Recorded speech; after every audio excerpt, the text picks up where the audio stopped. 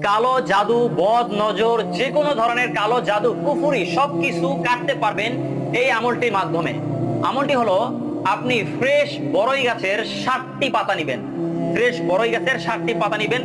একটি পাত্রে নিয়ে 60টি পাতা আপনি আমানদিস্তা অথবা যে কোনো জিনিস দিয়ে এই 60টি পাতা ছেঁচে নিবেন। ছেঁচে নিয়ে সেখানে রস বের করবেন।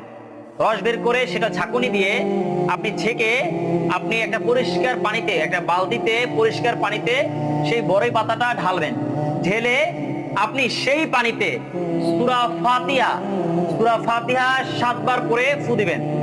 একবার পরেই ফু দিবেন। সূরা ফাতিহা একবার পড়বেন, ফু দিবেন, এভাবে 7 বার।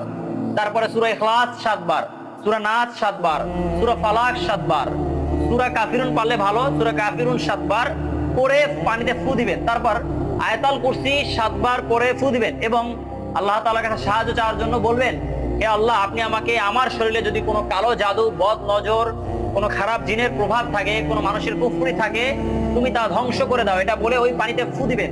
ফু দিয়ে বাথরুমে না, অবশ্যই বাথরুমে না, ছাদে বা যে কোনো জায়গায়, পরিষ্কার জায়গায়, পবিত্র পানি যেহেতু, সেই পানি দিয়ে আপনি গোসল করবেন। গোসল করে এসে 2 রাকাত নামাজ পড়ে আল্লাহ তাআলার কাছে সাহায্য চাইবেন। ইনশাআল্লাহ আপনার কালো জাদু, বদ নজর, যে কোনো সমস্যা, কুফরি হোক, ইনশাআল্লাহ কেটে যাবে। ইনশাআল্লাহ।